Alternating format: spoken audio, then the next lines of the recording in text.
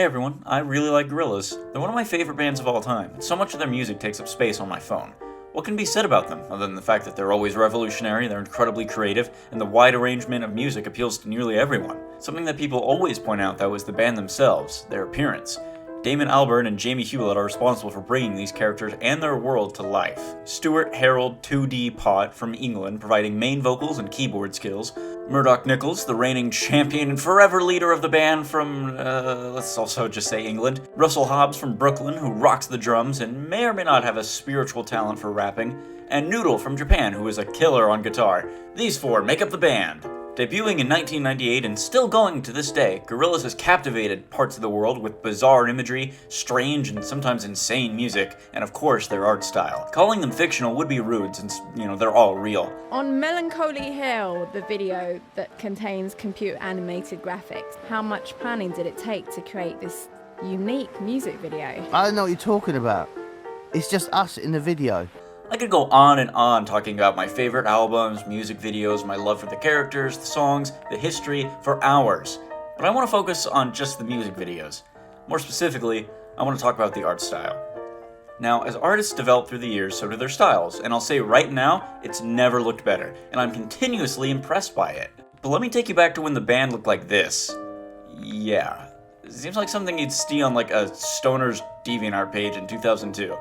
Murdoch was kind of Mexican, Noodle was a tiny 10-year-old girl, 2D was mostly the same, barring the weird half-stash and missing teeth, and Russell was also mostly the same. But why don't the newest videos or the art entrance me like the older stuff did? Well, to find out, I listened to the older music and watched all the videos. Their debut, self-titled album had 4 music videos along with other shorts, and in those, they established that their animated world was such a strange hellscape to live in. In times, it seemed just like our normal world. Most of the same real-world locations were there. But other times, it was as if they lived in some horrible void where any random thing could happen.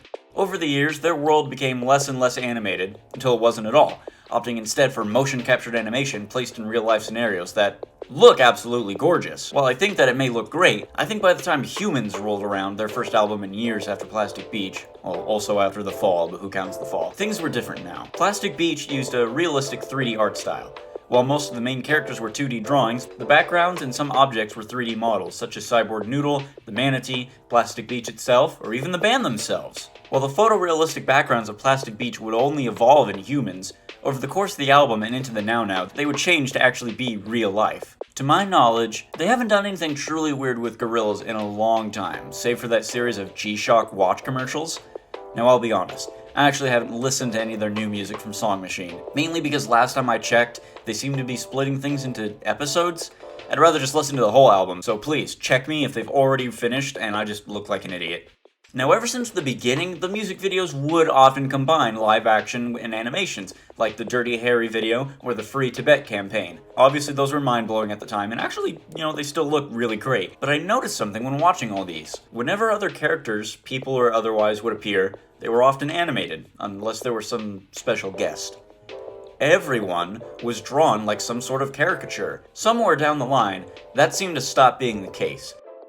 When Plastic Beach hit, the band were often depicted as both 3D models and 2D artwork, most notably during that skirmish with Bruce Willis. Each album, or rather each phase, has its own distinct style, with each phase getting less weird artistically, but each still having elements of strangeness. For instance, Phase 1 and 2 were definitely dark art with a heavy emphasis on graffiti-like art, outsider tones, and music that could either be soft rock, rap, or even choir. Phase 3 heavily combined 3D and 2D styles, as showcased in the Plastic Beach video, where the hand-drawn characters would inhabit models of submarines. Phase 4 rarely saw traditional animation and had a heavy focus on bizarre, out-of-place 3D imagery, to the point where if we did see the normal style, it looked strange.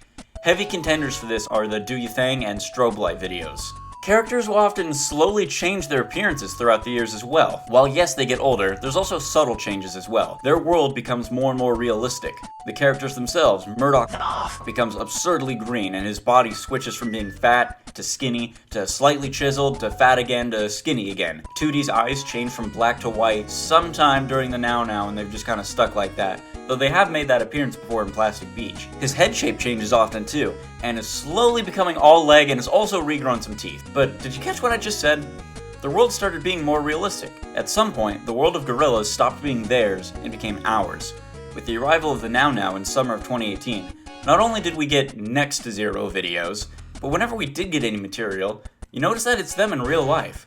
Not like how humans made them realistic, I mean, brought them to our real world. Their universe stopped being an entrancing jumbled mess of differing animation styles and just became ours. And now you see 2D skating around in real life Los Angeles and Jack Black is there. Isn't that strange? Ace from the Powerpuff Girls is here, but then he doesn't do anything because Murdoch comes back anyway. When I look at modern videos or promos, I don't think that a giant moose is walking around some bizarre, twisted up highway somewhere.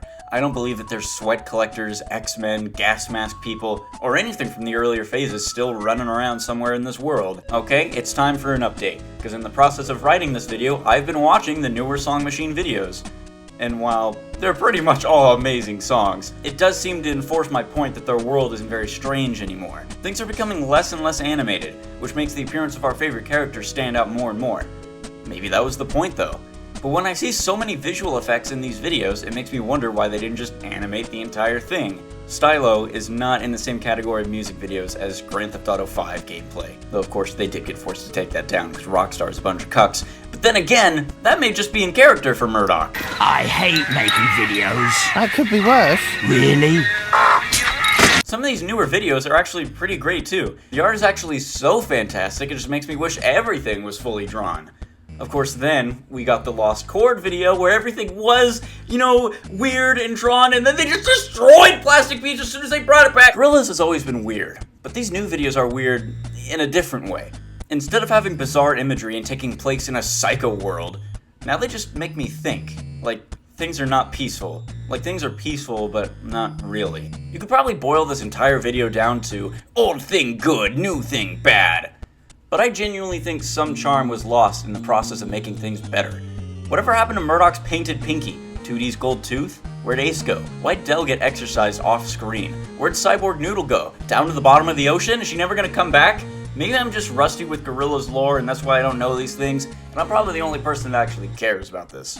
Gorillaz is really good, and while the newer music is kind of hit or miss for me, sometimes it depends on who's guest starring, I don't think I'll ever stop loving them. This video is very opinionated and largely just me ranting, but if I happen to strike up an actual, much more well thought out discussion, or if you actually want me to talk about the Gorillaz lore, please let me know. In the meantime, I'm gonna go listen to the rest of Song Machine.